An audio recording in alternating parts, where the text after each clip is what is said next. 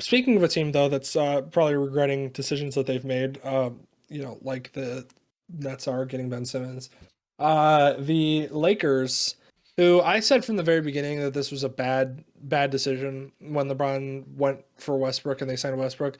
Because initially they had the option, I thought, if I remember correctly, I don't remember if there was like a stipulation that caused it to not be a thing, but they were available to get Buddy Hield. And Buddy Hield would have been perfect fit for them because he literally would have been slid in right at the shooting guard position for LeBron to distribute the ball to and be an outside shooter and a really reliable shooter and one who can also hit a game, end of the game shots when it matters.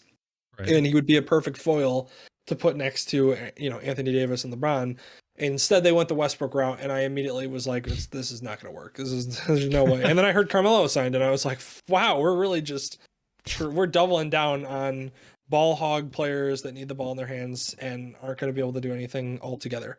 And here we are, shocker. We're at a point where favorite quote so far in this whole thing is Westbrook saying that his lack of play might be because he's not used to sitting for long periods of time. Yeah. Okay. Disaster. Yeah, I remember very clearly a video of you breaking a bunch of shots from the same spot. Why would you get to the same spot? Oh yeah, I Whoever sent made that that to you video, too. yeah, whoever made that video, for the love of God, why would you dribble to the same freaking spot at the top of the left key if you can't hit the shot? Why would you? Why would you keep doing it? Practice in games. It's like Practice in muscle games to figure it memory. out. Yeah. Like muscle memory of missing. Like he literally would get to the same spot on the court with and he would, it was a purposeful do. Like it's not like he was just taking a shot from there because it was open. Like he Yeah. would make double moves and set guys up to get to that spot and then shoot it and brick it off the back of the backboard. And I was like, why? Why would you keep doing it? So, Yeah.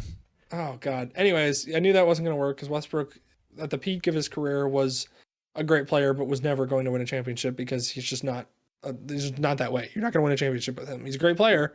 This is never going to happen. And so now you get him a little bit older and a little bit less athletic and a little bit, less in his capabilities. And guess what? Still the same guy that you're not going to win a championship with, except for now he's a little older.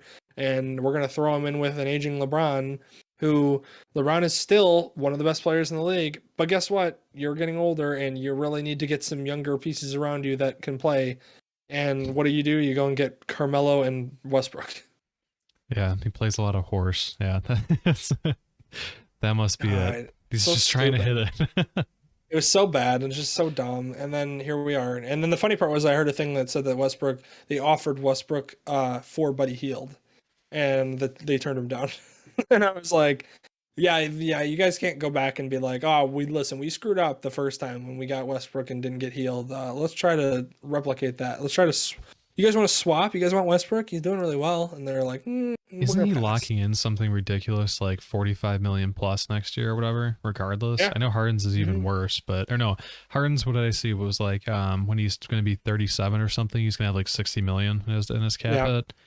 Man, NBA's player salaries are insane. I know I mean, people say that they make but a ridiculous amount of money. The NBA money is a little different for me because it's like I know that they make a lot of money, but the thing is like there's literally only 5 guys on the court yeah, at a time. exactly. So Yep. it's like I get paying a guy a ridiculous amount of money like that because like same reason why you pay a quarterback a ridiculous amount of money because he's the most important player on your team. Well, in basketball, one guy can change everything. So that's why like if LeBron wants 75 million to come to your team, you're going to pay him 75 million because it's LeBron.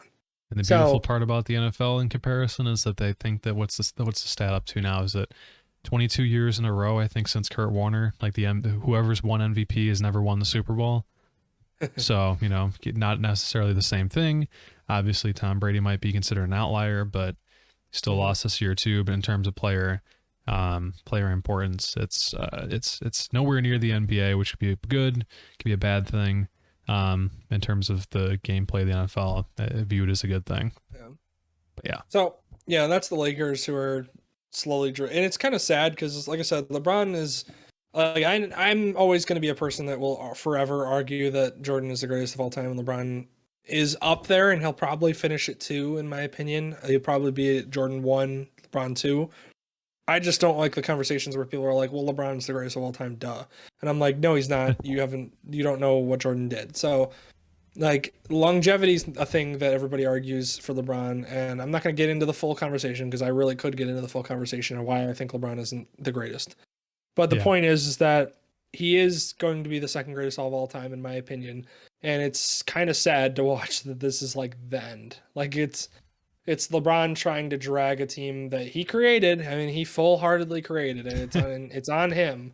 But it is kind of sad to watch him like drag a team. Like they might not even make the playoffs, Dylan. Like they're like a couple games away from not making the Oh, playoffs. trust me, I've been watching as a fan of Sad. the drama of the NBA. I've been just like every once in a while, when it's past couple of weeks or something, just be like, let's check in. Where are the Lakers Yeah. at right now? Oh, they're lower. Ah, Oh, there's a new like Westbrook compilation. Okay, that's cool. And now people are like, they're at risk of losing or not even making the playoffs. Then I was like, oh, that's interesting. And then people go, they're going to be in the play-in tournament. And then what if they end up losing that game? But they'll win that game. So to the depth of which I follow it, endlessly entertaining.